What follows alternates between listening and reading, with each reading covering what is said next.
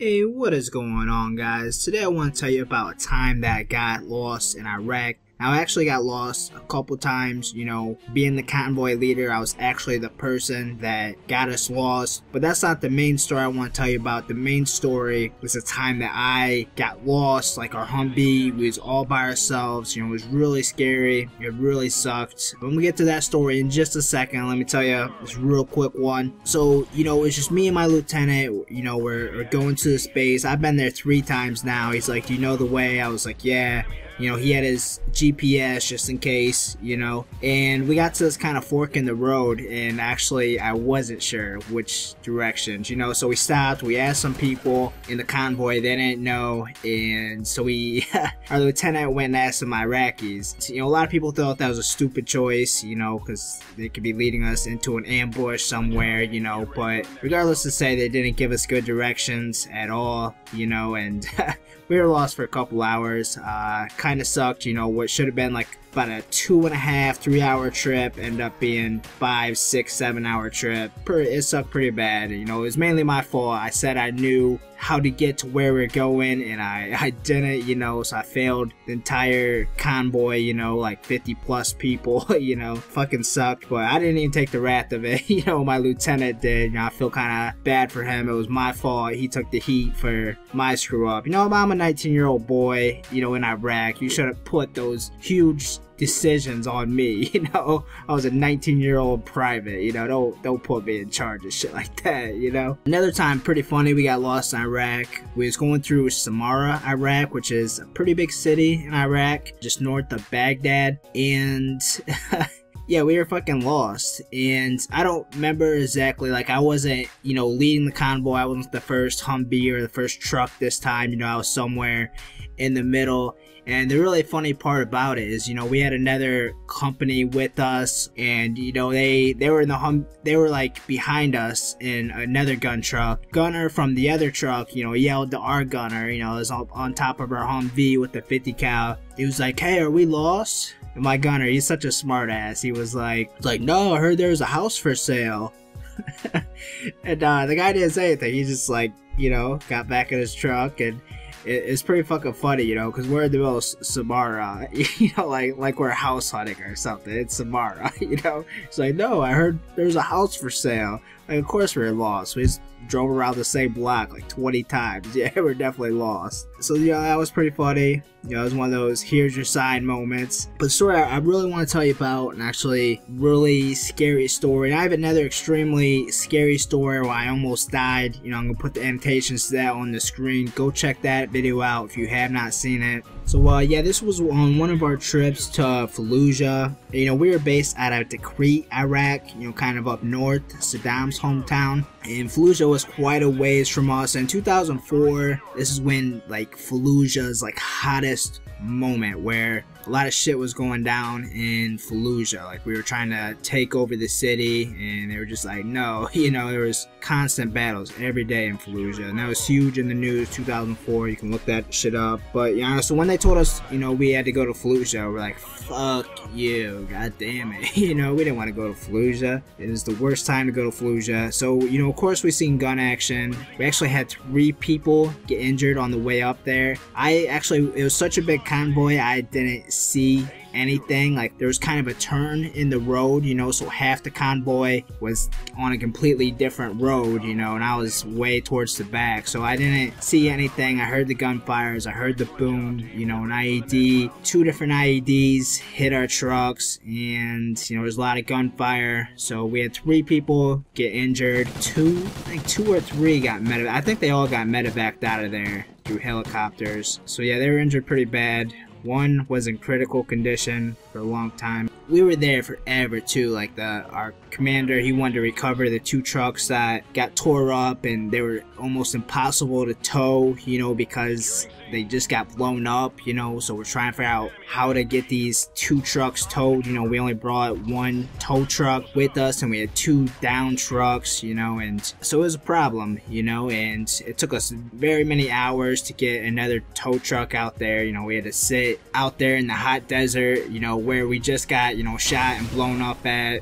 And the Polish army actually came out there and joined us, you know, just to kind of watch and make sure nothing happened to our convoy. Was really cool to see the Polish army. You know, they came out there with their big gun trucks and tanks and shit. We're like, oh, nice. So, you know, we sat out there for hours, you know, after this incident happened. It really sucked. It was hot as shit. But so we got to our base, unloaded everything, had a lot of fun actually, and that's weird. Sometimes after like serious events happen, something inside you, I don't know, like you wanna have fun, you wanna, I don't know what it is, but we actually had a mud fight. It's pretty crazy. I got a video of that mud fight. Go check that out. So on the way back, it was really crazy. You know, I was one of the hum-vee drivers, and this time, you know, instead of being in the back, we were gonna, they rotated everything around. We were gonna be in the very front hum-vee. And, you know, since we had so much problems, you know, coming into the base, you know, they put extra security with us. We actually got a bunch of military police attached with us, and they were gonna go, the military police, I mean, they put them throughout our convoy too, but there was a big group of military police that was going to go into every single town at night and just make sure everything was clear, make sure, you know, there was no problems. They were way ahead of the convoy, and they wanted my hum-vee to be part, you know, because we were a hum-vee and, you know, gun truck, we were going to be like the tail end of that military police. So we weren't even with the main convoy, you know, we were with these military police, you know, miles ahead of our main convoy. So I was like, cool, you know, it's gonna be really awesome. And we decided to leave at nighttime. We thought it'd be a lot safer. And that was like a really crazy night for me. I remember I was trying to get some sleep before the convoy rolled out, and there was tanks rolling by the road, and I could not fall asleep because the tanks were so damn loud, and there was helicopters all around. I mean, this is Fallujah, you know, there was battles going on, there was shit going down in Fallujah, you know, and I'm trying to sleep. Like, there's no way you can sleep in Fallujah when tanks are constantly waking you up, helicopters are flying over your head waking you up, you know, shit just went down, and, you know, I'm like, I can't sleep. They gave us some night vision goggles, and I was really excited to use some night vision goggles. You know, that's something you see in video games, you know, something. I remember my sergeant that was with me telling me, you know, that those NVGs, night vision goggles, cost a lot of money. I forget how much he said, but I know real military night vision goggles aren't cheap. So I was excited to get to use some, you know, finally. It was like, I had training, you know, of how to, I forget what the word was, basically drive at nighttime. And it definitely didn't have night vision goggles on. I made a huge mistake of putting the night vision goggles on. It was really good at first until we got into a town, and the night vision goggles, you know, blinded me because, you know, all the lights of the town. So I had to take the night vision goggles off. Oh, I forgot to mention, we were completely dark. We were riding completely dark, no lights on at all. So, you know, those night vision goggles, you know, really helped me out until we got into a town. I couldn't see anything.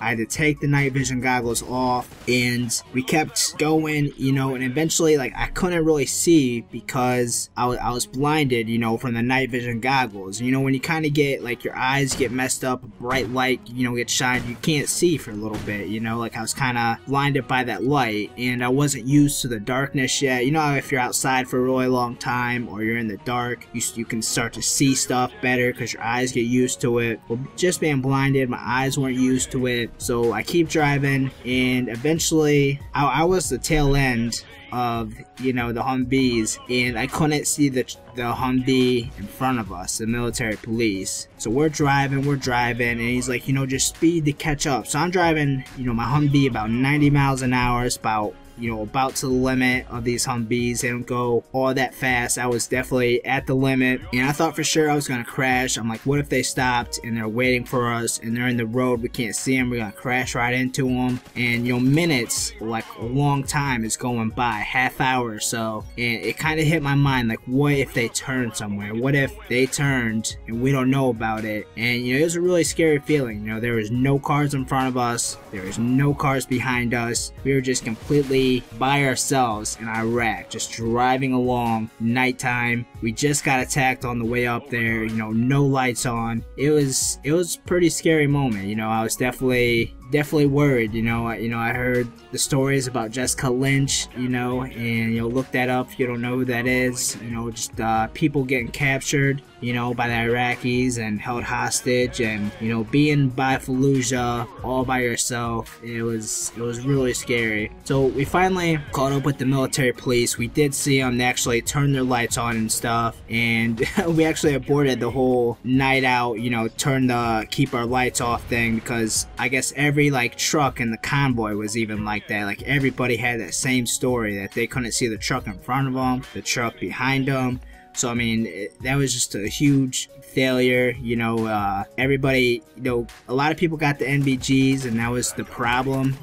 Nobody should have put the NVGs on. You gotta let your eyes adjust to the darkness. The NVGs definitely weren't needed. That was dumb for them to give them to us. We should have used our training. We learned this shit. I think everybody just really wanted to use those night vision goggles, and it screwed everybody up. And it was really, a scary moment getting lost in Iraq. I really hope you guys enjoyed my story. Please hit that like button if you have. I want to thank you guys, and you have a great day today.